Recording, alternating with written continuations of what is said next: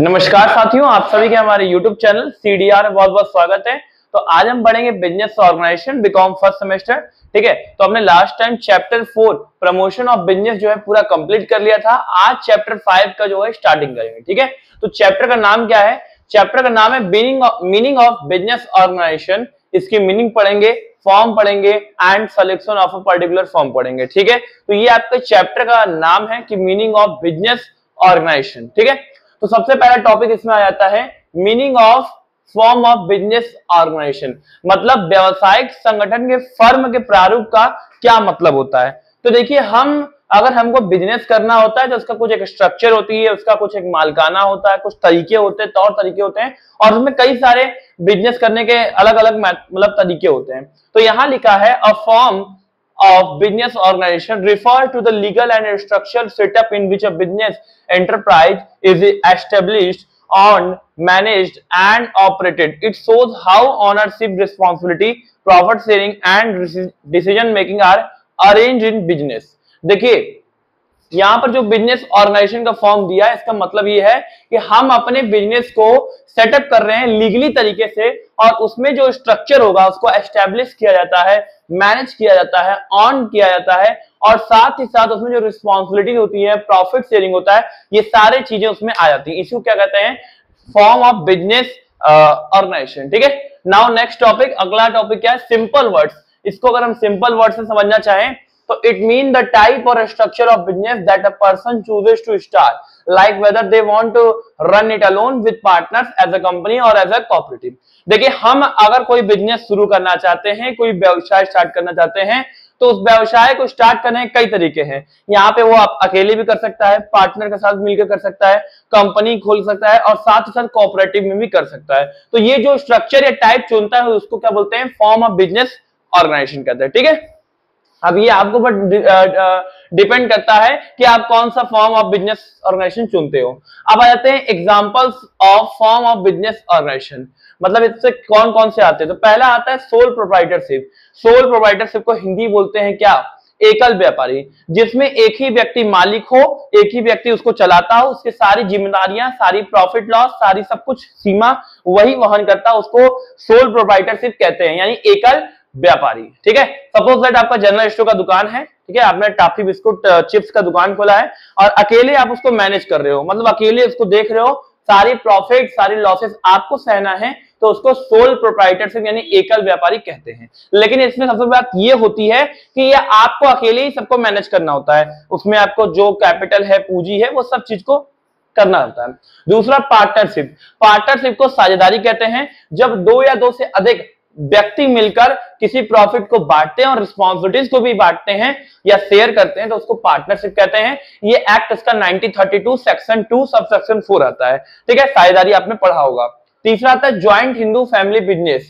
ठीक है, joint Hindu family business को हिंदी में संयुक्त हिंदू परिवार व्यवसाय कहते हैं। इसमें क्या होता है, जो परिवार के सबसे बड़े उम्रदार होते हैं, माना जाता है कि वो कर्ता होते हैं, यानी मालिक होते हैं, सब कुछ वही देखते हैं, और सारा परिवार एक ही बिजनेस करता है, पूरा खानदान, उसको ज्वाइंट हिंदू फैमिली बिजनेस कहते हैं। चौथा आता है cooperative society.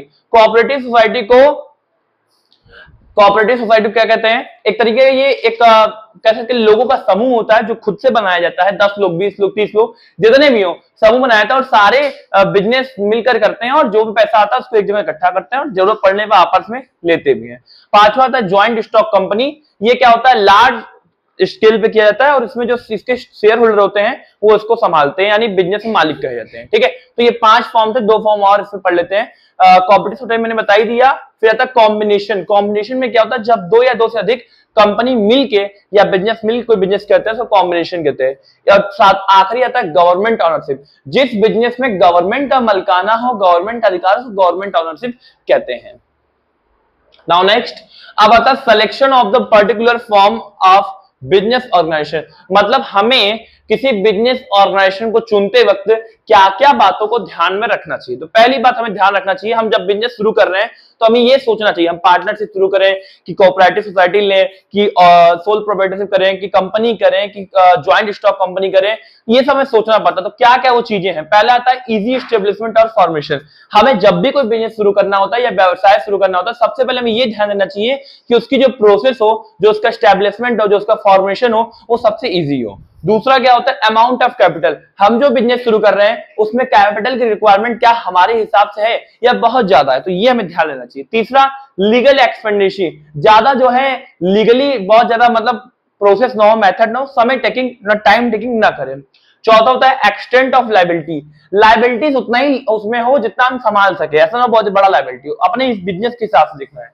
Degree of control and direction, उसमें नियंत्रण करने वाले कितने रहेंगे, एक रहेंगे, दो रहेंगे, मतलब बिजनेस के स्वभाव से देखना चाहिए, ये चीजें इसमें आती हैं।